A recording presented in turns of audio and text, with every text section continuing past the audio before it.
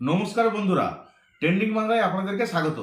মাত্র 60 সেকেন্ড, আর সেই 1 মিনিটেই নাকি বদলে গেল মধ্যপ্রাচ্যের রাজনীতির সমগ্র মানচিত্রটা।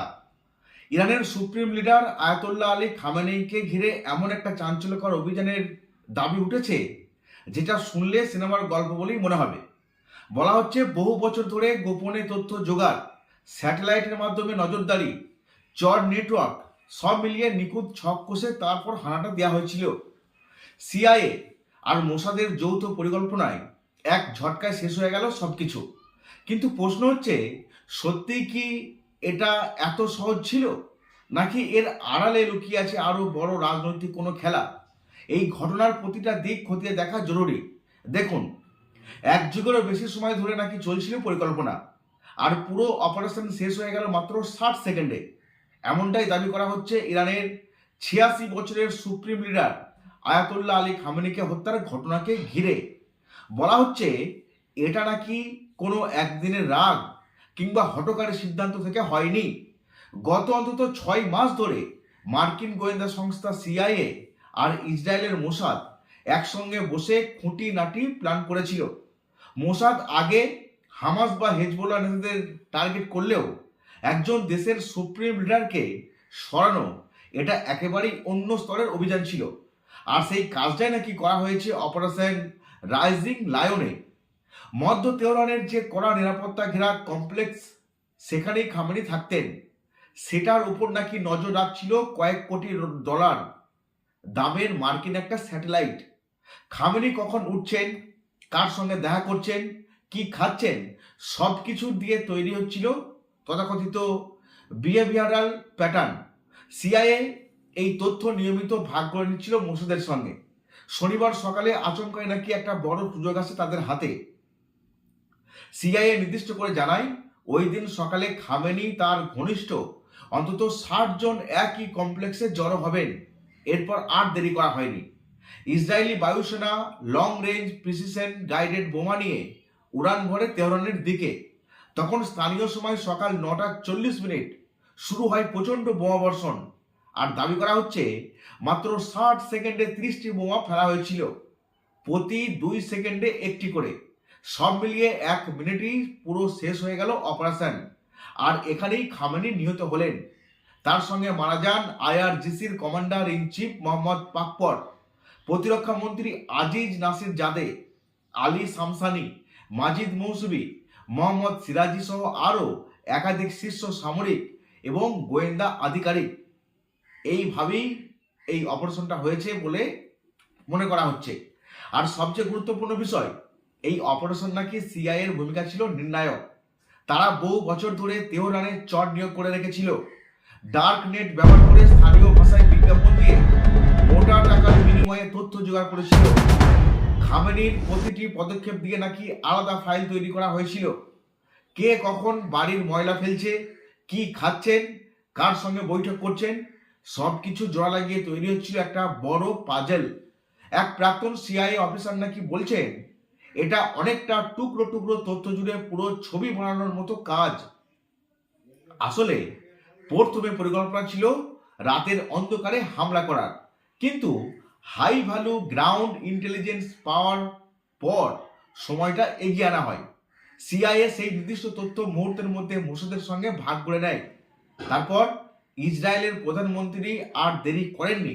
প্রায় 140টি আধুনিক যুদ্ধ বিমান পাঠানো হয় সেই অভিযানে।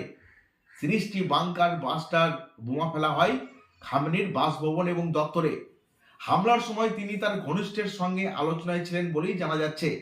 এমনকি দাবি করা হচ্ছে তার পরিবারের কয়েকজন সদস্যও এই বোমা বর্ষণে নিহত হয়েছেন। আর সবচেয়ে চাঞ্চল্যকর দাবি, ইরান নাকি বুঝতেই পারেনি ঠিক কি ঘটছে যতক্ষণ না ইসরায়েলি বিমান তেল আবিবে ফিরে গেছে। খামেনির মৃত্যুর খবর ছড়িয়ে পড়ার আগেই তার দেহের ছবি নাকি পৌঁছে যায় ইসরায়েলের প্রধানমন্ত্রীর কাছে। মার্কিন প্রাক্তন প্রেসিডেন্ট ট্রাম্প এই ঘটনাকে এই যুগের সবচেয়ে ঘৃণ দানবের মৃত্যু বলেছেন। অন্যদিকে ইরানের প্রেসিডেন্ট একে সরাসরি যুদ্ধ অপরাধ বলে আখ্যা দিয়েছেন। আইআরজিসি হুঁশিয়ারি দিয়েছেন, উপযুক্ত সময়ে বদলা নেওয়া হবে চরম আকারে, যেটা দেখার জন্য গোটা বিশ্ব অপেক্ষা করছে। এখন গোটা বিশ্ব তাকিয়ে আছে এই হত্যার জেরে মধ্যপ্রাচ্যে নতুন করে বড় যুদ্ধ শুরু হবে কিনা দেখার জন্য। কারণ একজন সুপ্রিম লিডারকে এইভাবে টার্গেট করে হত্যা করা শুধু একটা দেশের রাজনৈতিক নেতৃত্বকেই নাড়িয়ে দেয় না, পুরো অঞ্চলের ক্ষমতার ভারসাম্য বদলে দিতে পারে। 60 সেকেন্ডের সেই অপারেশন হয়তো শেষ হয়ে গেছে, কিন্তু তার অভিঘাত কত বছর চলবে সেটাই এখন বড় প্রশ্ন। এই যে একটা গল্প বানানো হচ্ছে, মাত্র 60 সেকেন্ডে নাকি একটা দেশের সুপ্রিম লিডারকে খতম করে দিল সিআইএ আর মোসাদ। এটা শুনতে যতটা সিনেমাটিক, বাস্তবে ততটাই ভয়ঙ্কর। আমরা যদি একটু ঠান্ডা মাথায় ভাবি তাহলে বুঝবো এটা শুধু একটা হত্যাকাণ্ডের খবর নয়, এটা আন্তর্জাতিক রাজনীতির একটা অন্ধকার যুগ। দেখুন, প্রথম থেকে ইসরায়েল এবং আমেরিকা এরকম একটা ঘটনা ঘটাতে পারে প্রত্যেকে জানতো, কিন্তু সেটা যে এত তাড়াতাড়ি ঘটিয়ে ফেলবে কেউ জানতো না। কিছুদিন আগে আমরা শুনছিলাম তারা নাকি বৈঠক করছে, বৈঠকে ভালো কিছু বেরিয়ে আসবে। আসলে ইসরায়েল আর আমেরিকা যৌথ অভিযানটা করেছে, এটা তাদের 1 বছরের আগে থেকে নাকি প্ল্যান ছিল, যেটা ইরান কোনোভাবেই বুঝতে পারেনি। একটা সার্বভৌম দেশের মাটিতে ঢুকে তার সর্বোচ্চ নেতাকে টার্গেট করে বোমা ফেলে উড়িয়ে দেওয়া, এটা কি সত্যি অপারেশনাল সাফল্য বলা যায়, নাকি এটা স্পষ্ট রাষ্ট্রীয় সন্ত্রাস? এ নিয়েও অনেক কথাবার্তা উঠছে, কিন্তু কিছু করার নেই।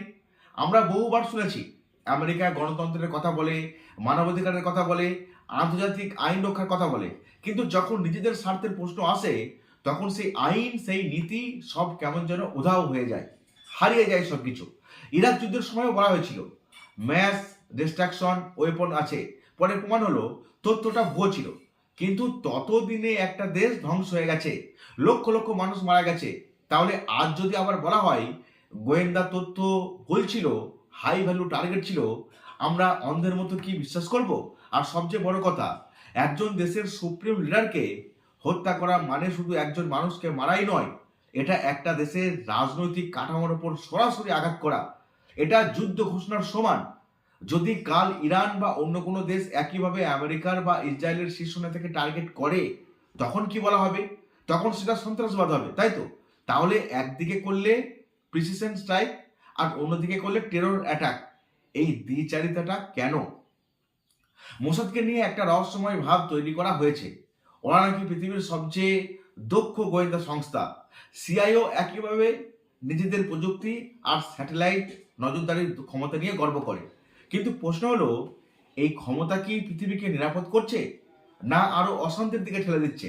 যদি প্রতিটা দেশ ভাবতে শুরু করে যে শক্তিশালী হলেই অন্য দেশের ভেতরে ঢুকে তাদের প্রধানকে মেরে আসা যাবে, তাহলে আন্তর্জাতিক আইন বলে কিছু থাকবে কি? তখন শুধু শক্তি রাজনীতি চলবে। আসলে আমেরিকা এবং ইসরায়েল প্রত্যেকটা দেশের ওপর দাদাগিরি ফলাতে চাইছে, এটা সব থেকে বড় প্রমাণ। শুধু ইরানের উপর যে এমনটা করেছে এমনটা নয়, এর আগে অনেক দেশের সঙ্গেই তারা এমনটা করেছে। আসলে তারা কখনোই চায় না তাদের থেকে অন্য কেউ শক্তিশালী হয়ে যাক। আর একটা জিনিস খুব নাড়া দিচ্ছে, এই ধরনের অপারেশনে সাধারণ মানুষের প্রাণের কোনো মূল্য থাকে না। বলা হচ্ছে 30টা বোমা পড়েছে একটা কমপ্লেক্সে, শুধু নেতা আর সামরিক অফিসাররা ছিলেন। এটা কি বিশ্বাসযোগ্য? সেখানে কর্মচারী ছিল না, নিরাপত্তারক্ষী ছিল না, আশেপাশে সাধারণ মানুষ কি ছিল না? আধুনিক বোমা যতই প্রিসিশন গাইডেড হোক, বিস্ফোরণ মানেই যে ধ্বংস আর মৃত্যু অনিবার্য, সেটা বুঝতে হবে। তাহলে সেই ধ্বংসের দায়িত্বটা কে নেবে? এর দায়টা কে নেবে? আমরা বারবার দেখেছি মধ্যপ্রাচ্যকে যুদ্ধের পরীক্ষাগার বানানো হয়েছে, কখনো তেল, কখনো ভূরাজনীতি, কখনো ধর্মীয় বিভাজন। এইসব অজুহাতে রক্ত ঝরেছে বছরের পর বছর ধরে। এখন যদি সত্যিই এমন একটা হামলা হয়ে থাকে, তাহলে এটা আগুনে গিলে আনার মতো কাজ হচ্ছে। ইরান নিশ্চুপ থাকবে কেন?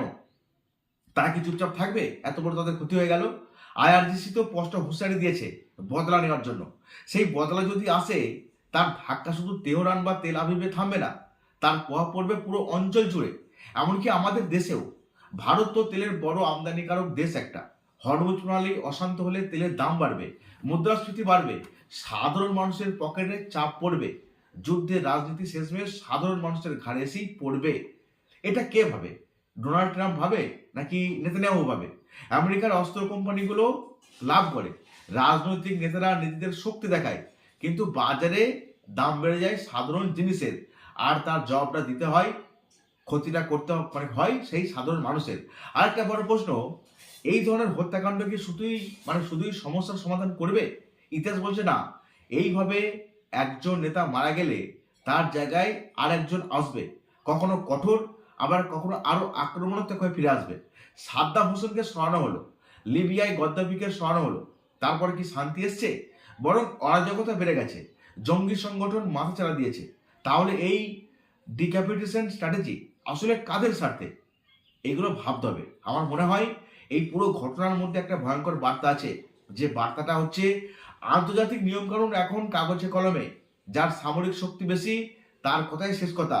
এটা অবশ্য আজকেই প্রথম নয়, এর আগে অনেক কিছু ঘটেছে। আন্তর্জাতিক রাজনীতিতে যে যত বড়ই মানে ভালো বলে আমরা জানি না কেন, তার নিজের স্বার্থে একটু আঘাত লাগলে সে সঙ্গে সঙ্গে হিংস্র হয়ে উঠবে। এখানে সেটাই হচ্ছে। দেখুন, জাতিসংঘ এত বড় ঘটনায় কি বলবে? একটু সাময়িক সান্ত্বনা ছাড়া তারা আর কিছু দিতে পারবে না। আমরা দেখেছি কঠোর ব্যবস্থা কিন্তু আমেরিকা এবং ইসরায়েলের বিরুদ্ধে তারা নিতে ভয় পায়। যাই হোক, ইরানের ধর্মীয় এবং সর্বোচ্চ নেতাকে যেভাবে মারা হয়েছে, হত্যা করা হয়েছে, এই ঘটনা থেকে বিশ্বের বিভিন্ন জায়গায় নিন্দা বর্ষণ করা হচ্ছে। কিন্তু আমেরিকা এবং ইসরায়েলের বিরুদ্ধে সরাসরি আঙুল তোলার মতো বা কথা বলার মতো এখনো পর্যন্ত কাউকে আমরা দেখতে পাচ্ছি না।